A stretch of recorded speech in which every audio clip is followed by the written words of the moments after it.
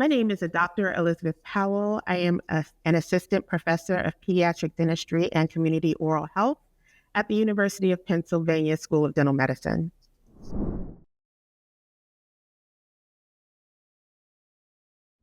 The first dental visit is an excellent opportunity to discuss anticipatory guidance. It's also a great time to discuss milestones and prevention strategies for maintaining excellent oral health throughout life and avoiding early childhood caries. We recommend establishing the dental home during the first year of life, either by the time of the child's first birthday or around 6 to 7 months of age, which is the time that we expect to see the first tooth erupt. During the visit, we do a thorough medical history and we also review any medications and or allergies. Generally, we have the patient and the parent work with us to perform a lap exam or a knee to knee exam so that we can do our intraoral exam to evaluate anatomy, soft and hard tissues. We examine the teeth if they are present, and we look for any staining, demineralization, or breakdown of tooth structure. We also use this time to talk with parents about caries risk assessment and collect information about the child's risk factors for developing caries, which include dietary and oral hygiene practices. We advise new parents regarding the importance of their own oral health and the possible transmission of cariogenic bacteria from the parent or primary caregiver to the infant through salivary contact.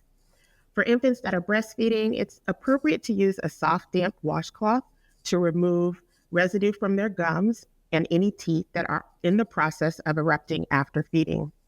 Once teeth fully erupt, we encourage parents to use a soft toothbrush with a smear layer of fluoridated toothpaste to remove plaque twice a day.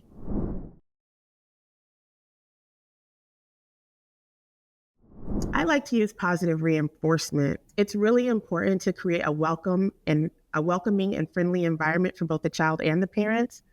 We focus on building trust with the parents by creating a comfortable atmosphere and engaging in open communication and addressing all concerns. We like to explain how early visits are typically very brief and involve little to no intervention.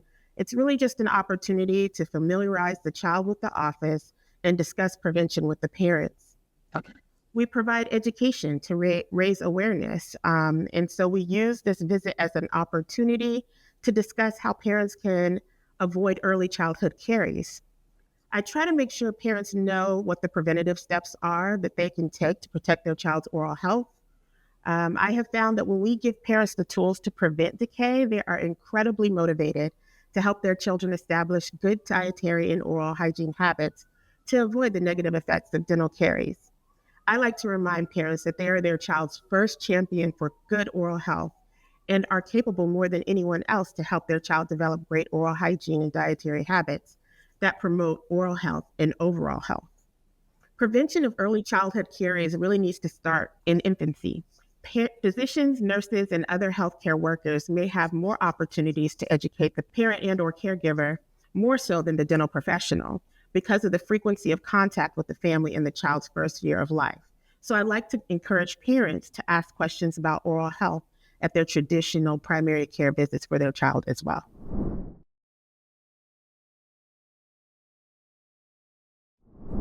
There is a formula for this provided by the American Academy of Pediatric Dentistry that guides dental providers in the caries risk assessment process. To assess caries risk, we have to consider social, behavioral, clinical, and protective factors. Children who have higher caries risk have a tendency to have frequent exposures to between meal, sugar-containing snacks, or beverages throughout the day. They may use a sippy cup or a non-spill cup containing natural or added sugars frequently between meals or at bedtime, and they may even have active caries or decay. Alternatively, children who are considered low risk often have more protective factors, meaning they're more likely to brush daily with a fluoridated toothpaste. The child may have already established a dental home and receives regular dental care. So once we know a child's risk for caries development, we can prescribe the appropriate minimally invasive treatment. Depending on the child's age, that could include protective sealants and or fluoride application. However, the child with the higher caries risk and active decay may require what we call minimally invasive techniques to arrest or eliminate decay.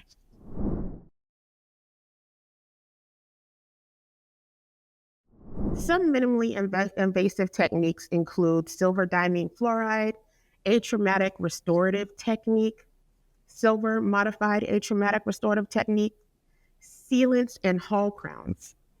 For example, high-risk children will need to have more frequent dental visits. In terms of prevention, for the high caries risk child, we would recommend dietary counseling, brushing twice a day with a fluoridated toothpaste, and topical application of fluoride varnish by a dentist every 3 months. To treat cavitated lesions, depending on the location or size of the cavity, we would use SDF or silver diamine fluoride until a permanent restoration can be placed. The silver component of silver diamine fluoride has an antimicrobial effect and kills cavity-causing bacteria. And the fluoride component promotes remineralization or rehardening of the tooth structure. It does have a side effect of staining tooth structure. So the best indications for silver diamine fluoride it's best used on initial caries lesions, on the chewing or outside surfaces of the teeth. And it's best used for the early intervention of interproximal caries. We do have to consider the aesthetic concerns because of the staining. Sealants really create a barrier or protection over the tooth structure, and it's possible to seal over little lesions to keep them from getting any bigger. In other cases where the decay is a little bit deeper, we will use Hall crowns or what we also call glass ionomer, which is a dental material that releases fluoride.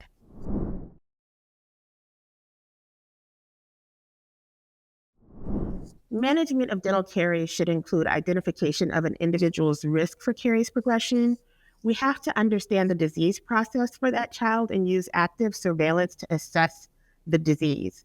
We have to be able to determine if things are improving or worsening.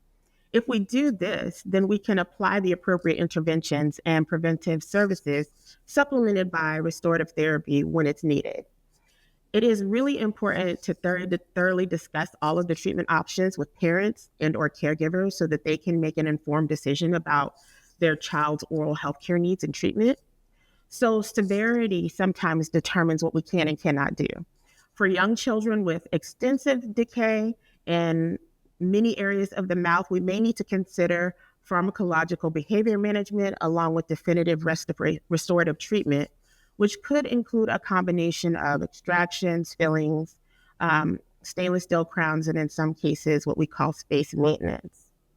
Minimally invasive dental techniques can improve the experience of dental care for children. It can allow providers to feel more confident in treating dental caries in children and have excellent clinical success. And ultimately, it can help children to grow into adults that have a positive perception of dental care.